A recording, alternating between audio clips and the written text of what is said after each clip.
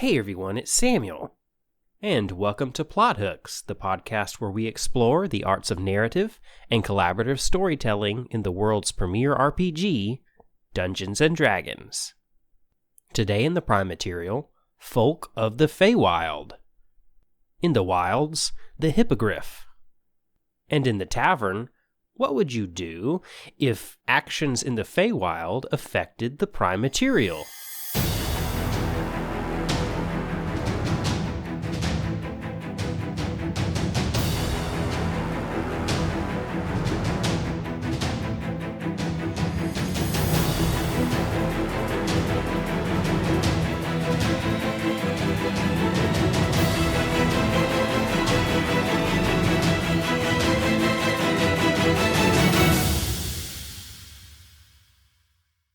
Well, how's it going today, everyone? I hope everybody out there is having an excellent day. Happy April to you all. I'm excited to dive into one of the latest Unearthed Arcanas today. Unearthed Arcana, for those of you who are not aware, is a release that Dungeons & Dragons does every month or so to put in some playtest content, which they're considering for upcoming releases. And back on March 11th, they released awesome new character options for you related to the Feywild. 4 new races: Fairy, Hobgoblin of the Feywild, Rabbit Folk, and Alfolk are now character options for you with this playtest content. And we could tell some great stories with them. So we want to look at them today. Before we get into the Prime Material, though, some announcements to get out of the way, and lots of exciting stuff is going on here in the Plot Hooks arena. Disaster Hamsters, as we record, is only 4 sales away from hitting Copper bestseller on the DM's Guild. Thank you all so much for your support. It's been amazing to see the excitement around this particular supplement. And related to that, coming up on April 17th, Paradise RPG is actually going to be streaming a one-shot of this particular supplement at 4 p.m. Eastern Time on their Twitch. Stay tuned to both our social media and their social media at Paradise RPG for more info about that awesome streaming event. We're excited to partner with them on this effort, and we're going to actually be giving away a copy of Disaster Hamsters live on the stream. So we hope you tune in for that. We also are getting incredibly close to 1,000 followers. Our quest for 1K, which has been going on for several months now, is now only about 17, I think, as the time of this recording, away from actually getting where we want to be. There is an absolutely huge giveaway package from Leah at Greenleaf Geek with a pin and an awesome dice set, an awesome dice vault from Arcane Spectacles, a wonderful dice bag, and a dice tray from B over at Games by B, 2 amazing D20 candles from Fabled Flames, and a copy of Disaster Hamsters, actually. All of that is going to a lucky winner who's entered our contest on Twitter. So if you have not already followed us on Twitter, or if you do and you haven't entered already, be sure to find that social media post and enter, because once we hit 1,000 followers, which we might even hit by the time that this airs, we're going to give it a day or two for more people to enter, and then we're going to give away that huge package to a lucky winner. Thank you all so much for your support. You've made the last year plus with the launch of this podcast and then turning this podcast into an entire creative network dedicated to getting more and more people into collaborative storytelling and helping people with their collaborative storytelling efforts. It's been such a blast, and thank you all so much for your support. If you'd like to support the show even more, we genuinely appreciate rating and reviewing the podcast wherever you happen to listen to it. It helps more and more people find out about the podcast arm of this network. And we'd also appreciate you supporting us on Patreon. There's lots of cool perks up there for our patrons, and it helps us with the costs of running the shows so we can keep pumping out content for you all. But I think that's about all the announcements that we have this week. let's dive into the folk of the Feywild.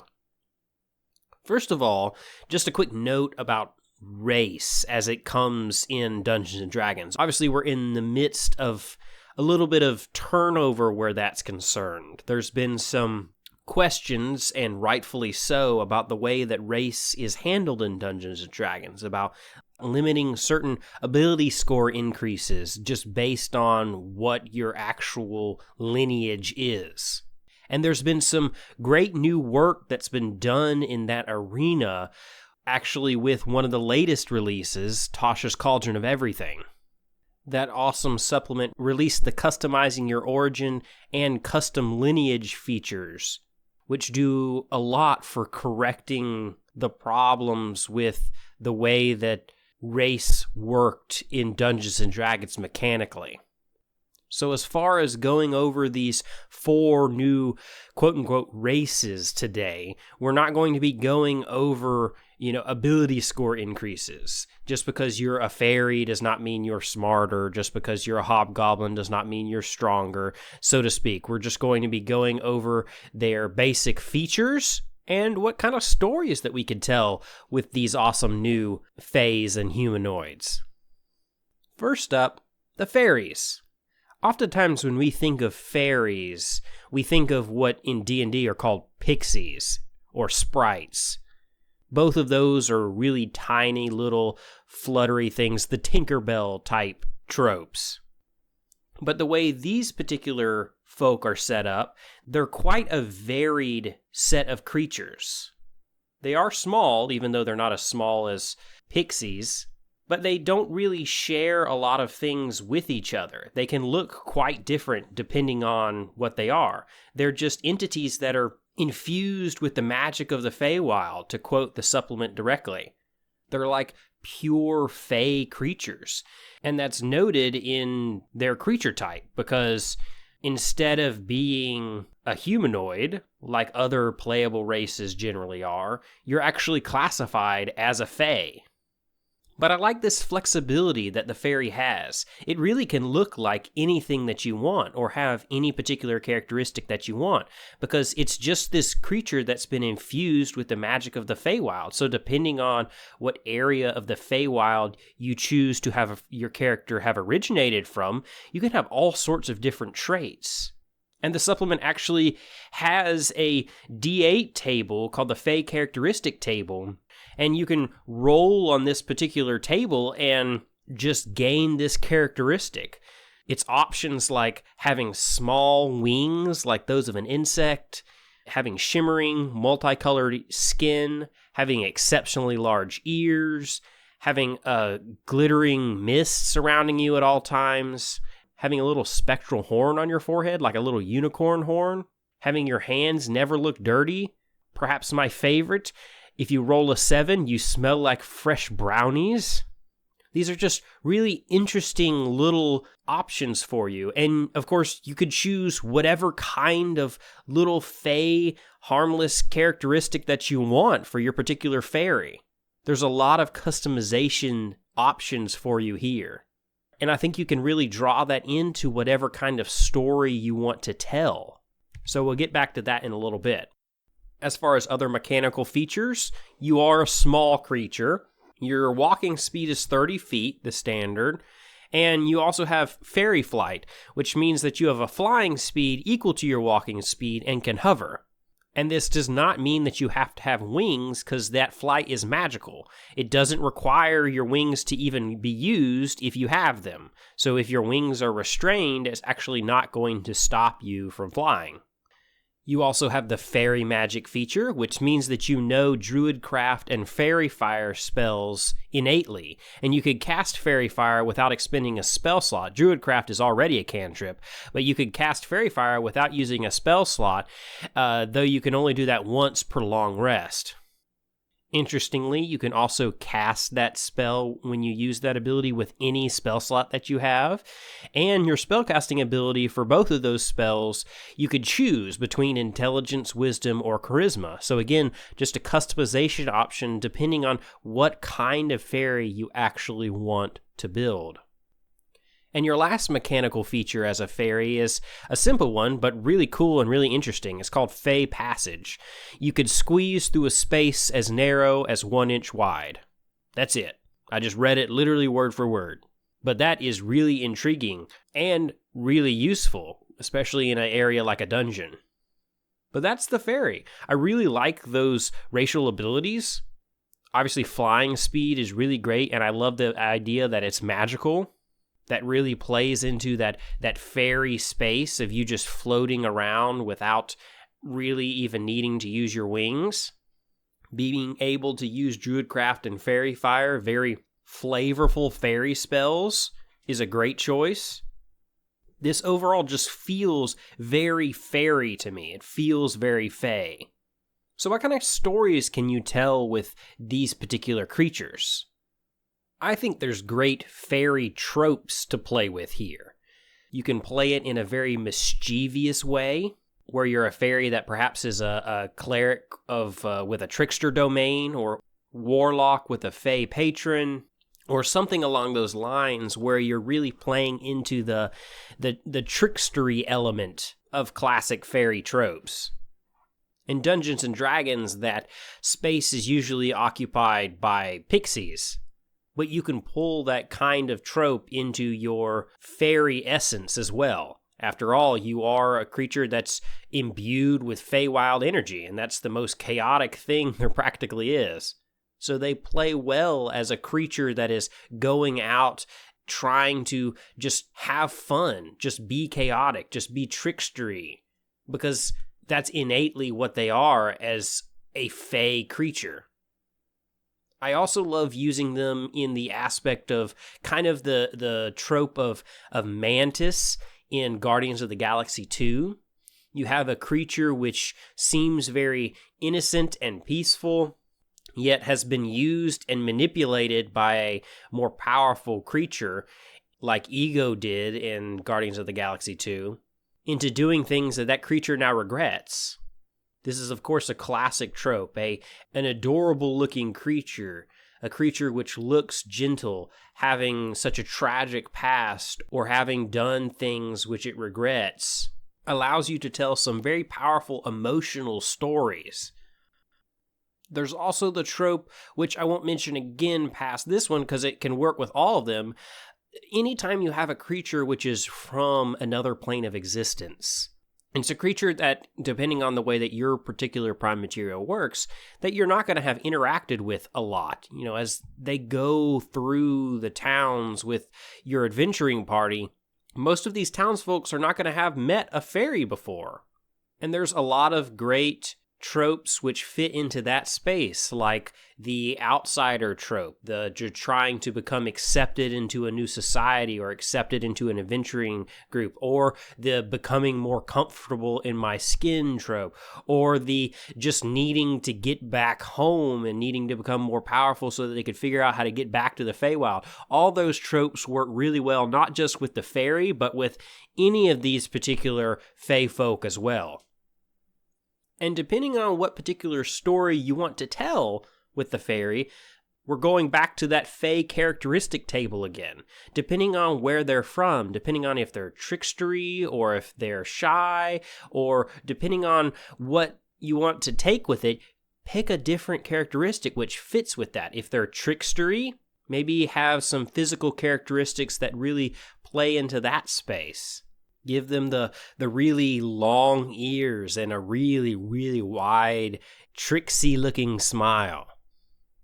If you want to play into the adorable trope, or the adorable creature that has done things that it regrets, give them one of the cute things. Like the smell like fresh brownies thing is just, that would just create such wonderful and amazing role play. And something like that can also go into the whole trope of not being sure of themselves, of trying to fit in, because that's something that they can't get rid of. They just smell that way. How do they deal with that? As they go into the shop, everybody's heads turn towards them, not even just because they look different, but everybody's heads turn towards them because they smell very unique and different. That would be a great way of telling a story of growth and acceptance, both of the creature accepting themselves and who they are, and of society growing and learning how to love them as a person as well. So that's fairy. Secondly, we have the Hobgoblin of the Feywild. Now, goblins are technically from the Feywild originally.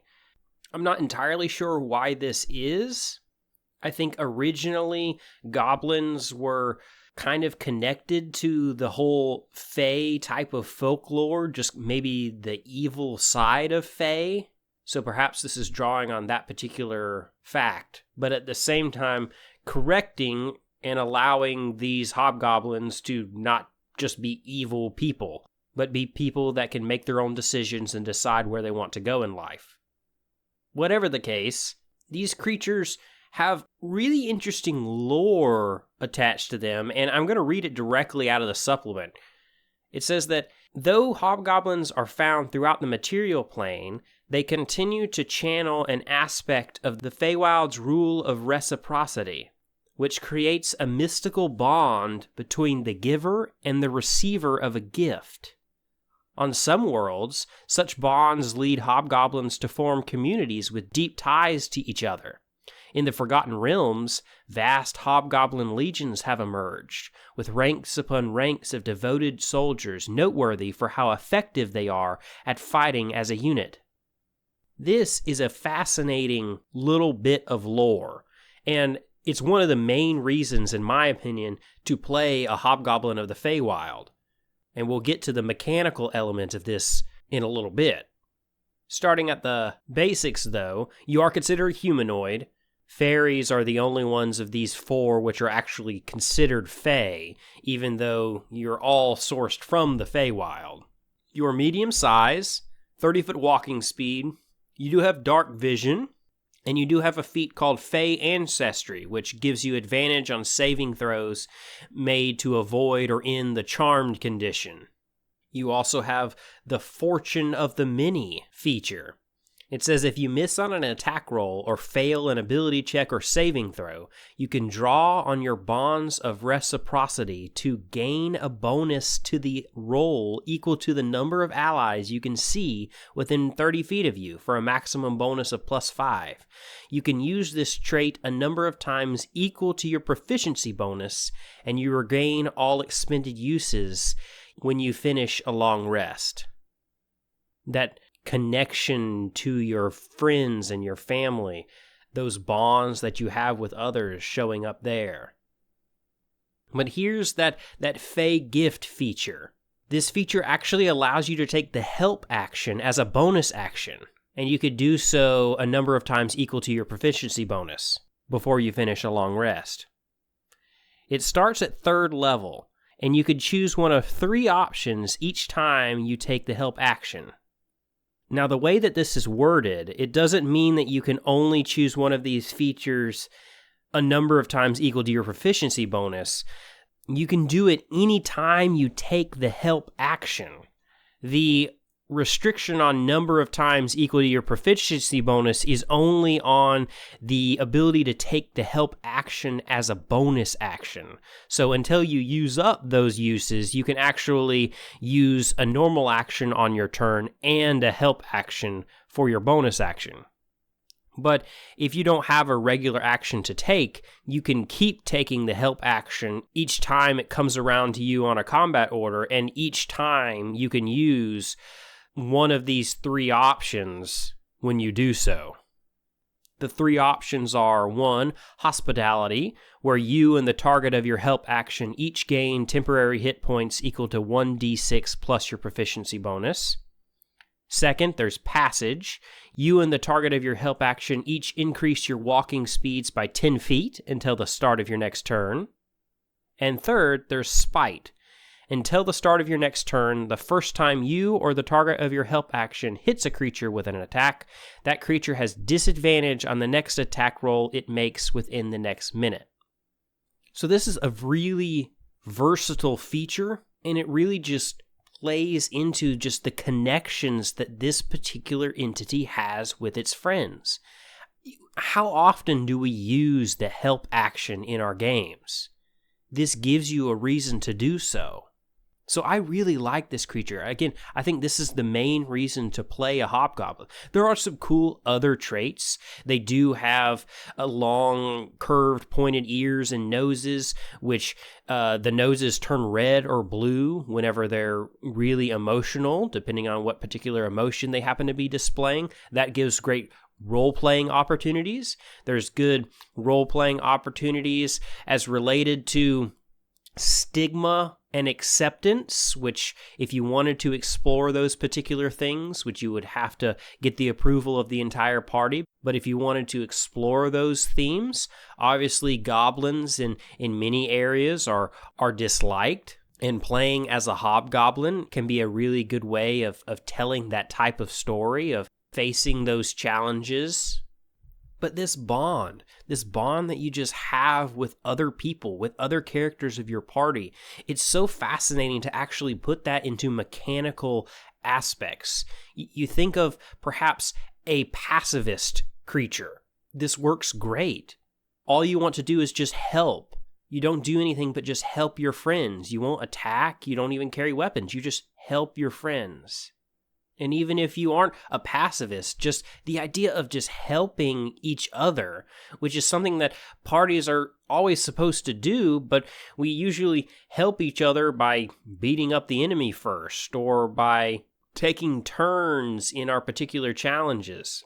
But actually being able to run over to each other and use the help actions, that is a fascinating mechanical aspect which will really show up in roleplay.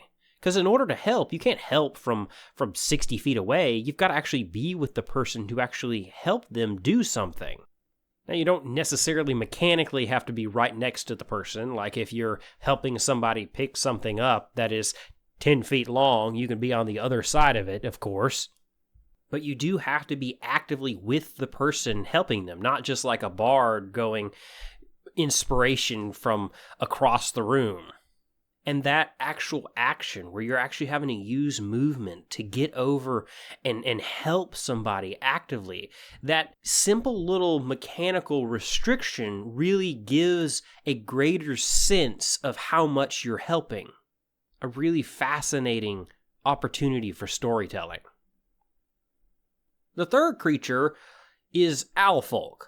And I didn't know I wanted Alfolk, but now we have Alfolk, and Alfolk are awesome. Kind of like Dragonborn. Dragonborn can look like all sorts of different kinds of dragons. Alfolk can look like all different sorts of owls. They're distant kin of giant owls. Their size even varies. You can even choose between being medium or small whenever you build your character. Notably, they do have 4 limbs and wings. They have arms just like all other humanoids. Their wings actually extend from their back. So it's not one of those situations where your arms are your wings. This is, of course, great because it's otherwise quite hard to do armed combat in midair if you are having to fight with a sword that you're holding while also beating your wings. That seems rather counterproductive and probably like you're not going to fly very well. So I'm thankful that with Alfolk and things like Aarakocra and stuff that they went this route. Now, the specific tie to the Feywild that the Alfolk have, despite just the tie of course, they're Alfolk, and that's a very Fey concept, is that Alfolk can actually see magic. And as we go through the features, we'll talk about that a little bit. So, as we mentioned, you are humanoid, and you do get to choose between medium or small. You have a walking speed of 30 feet. And you do have dark vision, though this is a little bit of a greater dark vision. It's not superior dark vision, which gives you dark vision up to 120 feet, but it's halfway between dark vision and superior dark vision. You get 90 feet of dark vision, a little bit of increase for your Alfolk sight.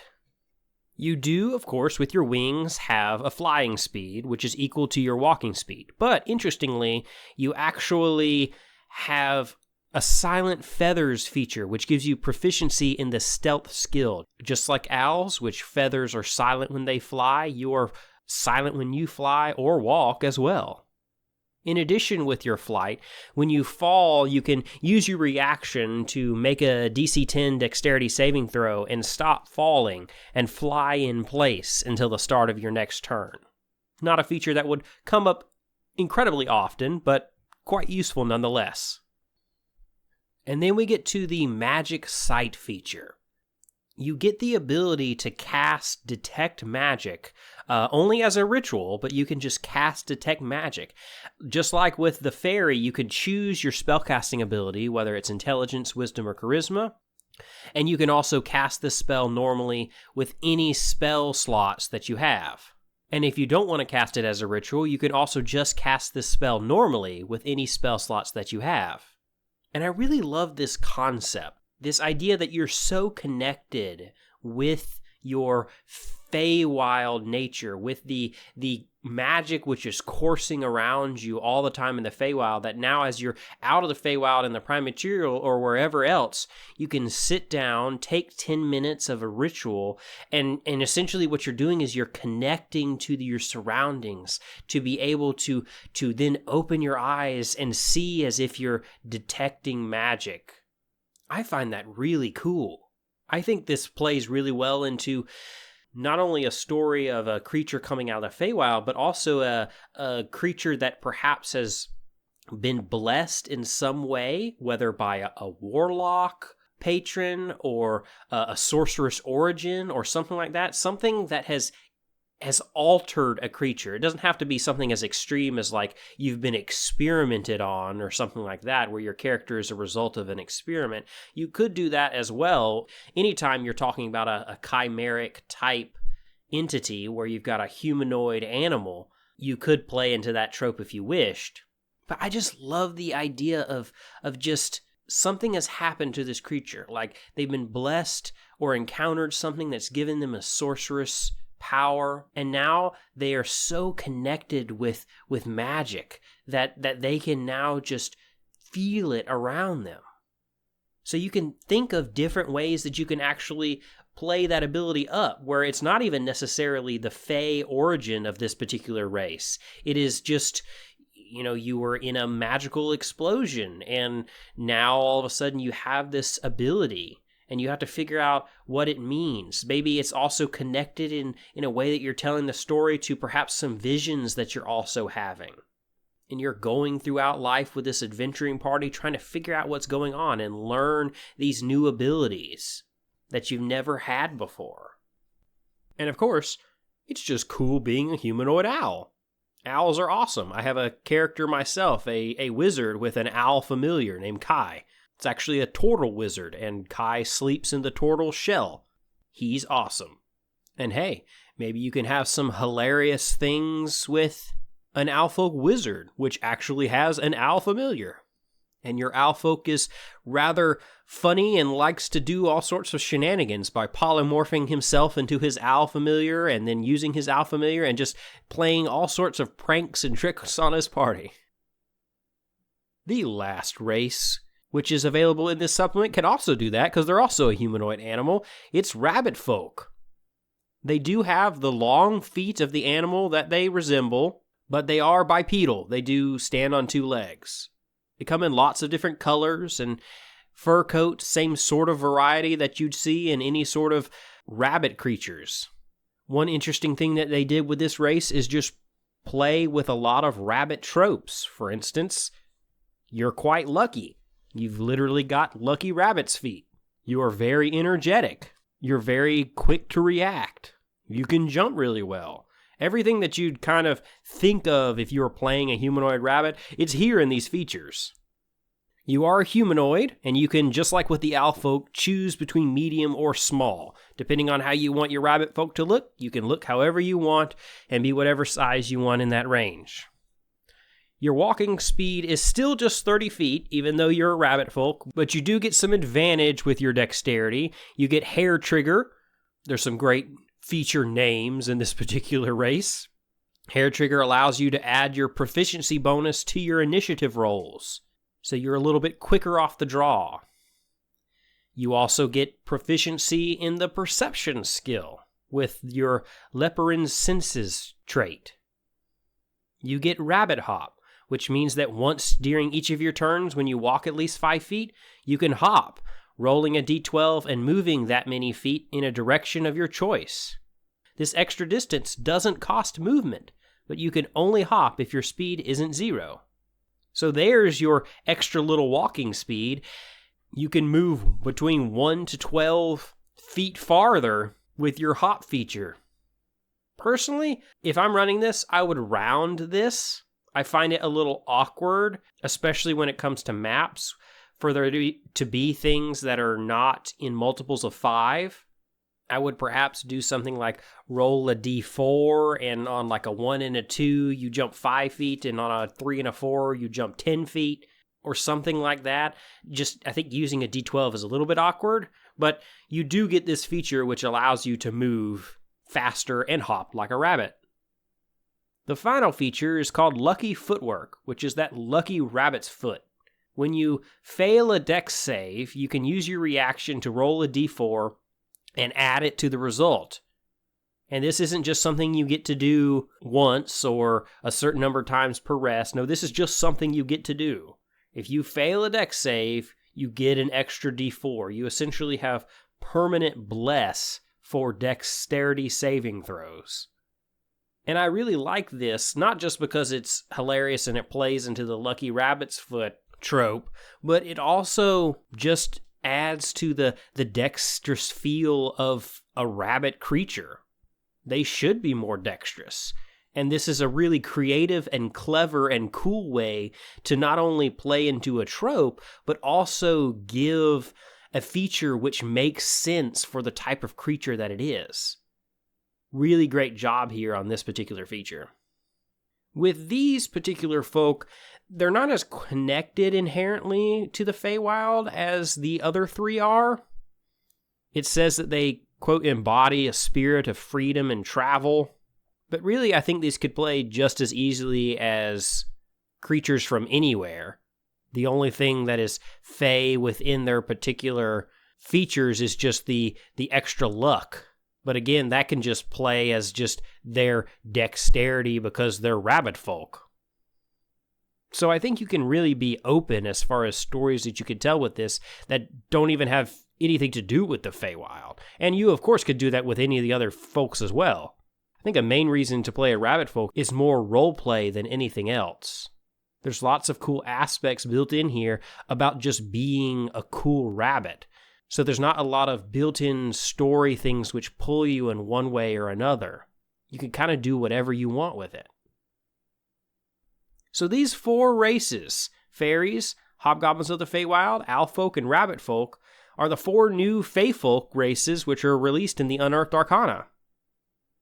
I encourage you to check it out. It's free to look at, and of course you can fill out a survey which is already available and let them know what you thought of these particular creatures, and who knows, we might see these things somewhere down the line in an upcoming release.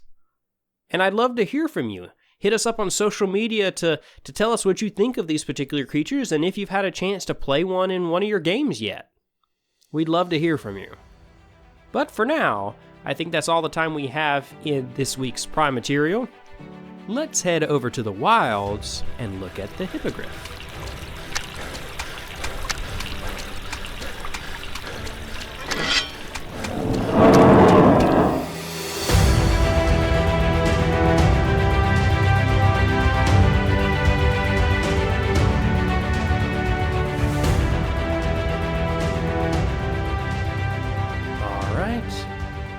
Here in the wilds, today's monster, the Hippogriff.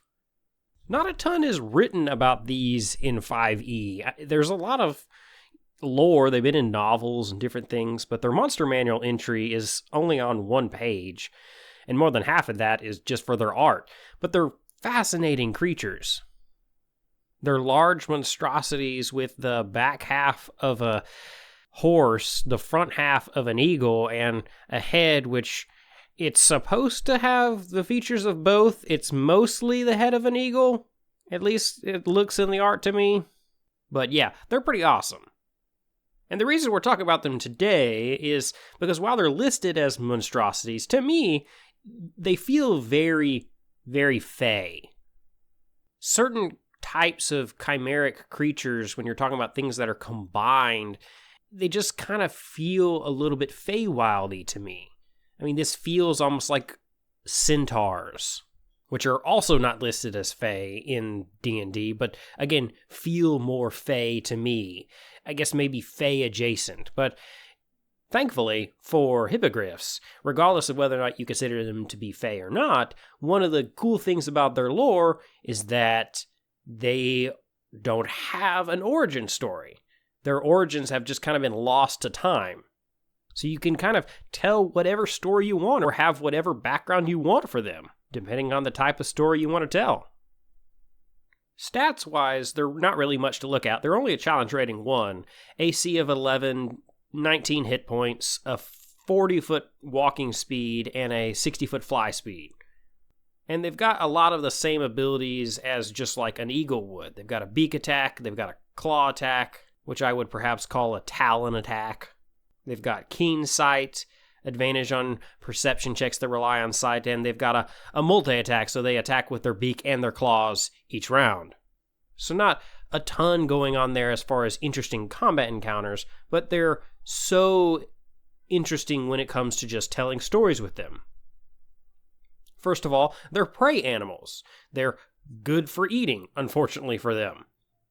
Not by humans or anything like that, but by dragons or griffins or wyverns. They all love to hunt hippogriffs.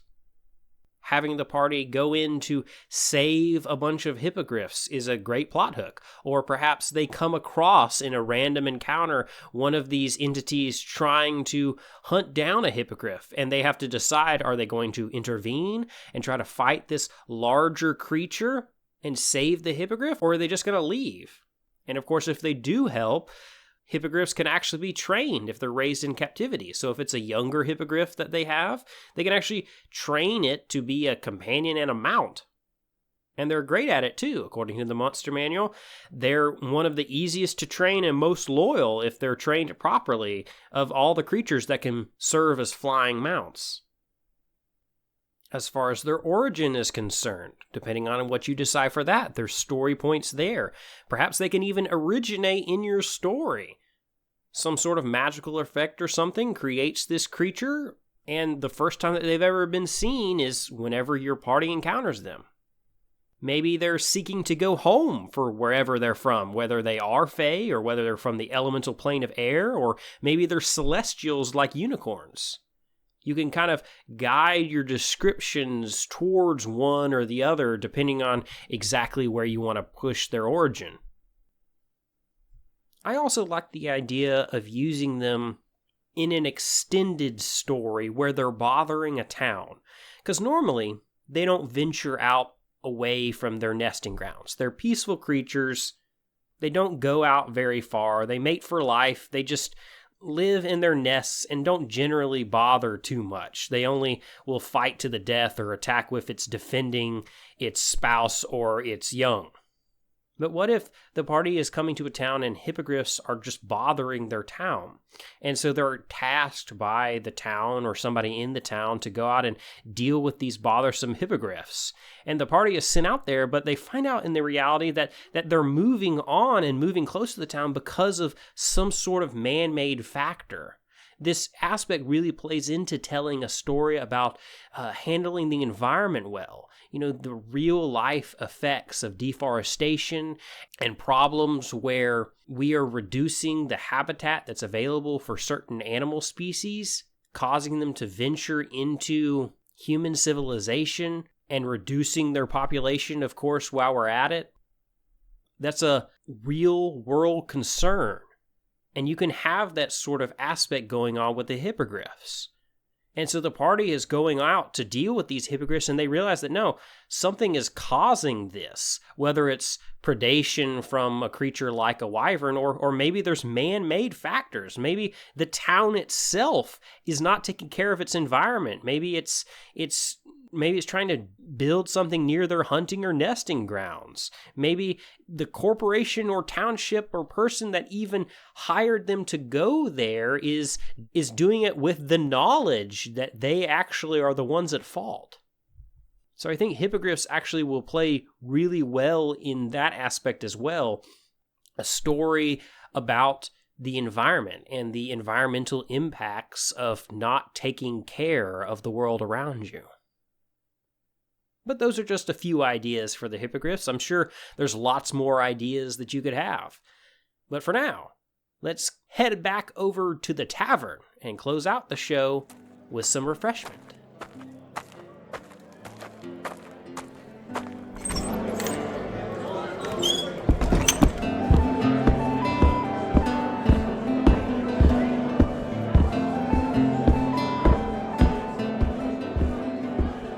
All right, we're out here in the tavern. Today's plot hook: what if actions in the Feywild affected the prime material? This plays up a little bit on the planar interactions between the Feywild and the material plane. The Feywild is, of course, a reflection of the material plane, where you have a large mountain in the prime material. Maybe you have a gigantic forest with massive trees towering up and creating the same general shape in the Feywild. So the interesting idea that follows then is what happens if something goes wrong in one of the places. If that mountain was a volcano and it erupts, what happens in the Feywild? The Feywild's reflection might look completely different. What happens? How does it work? It's an interesting metaphysical thing to explore and think about for our stories. But what if the reverse was true? What if something happened in the Feywild and that reflected back on the prime material? I don't think it's supposed to work that way because the Feywild is a reflection of the prime material. You know, the reflection isn't the one dictating the action. It's the actual material plane that dictates how the Feywild should look, and the Feywild just reflects it using its chaotic, magical, dangerous nature. It's just like your reflection in a mirror doesn't control you, it's you that controls the reflection.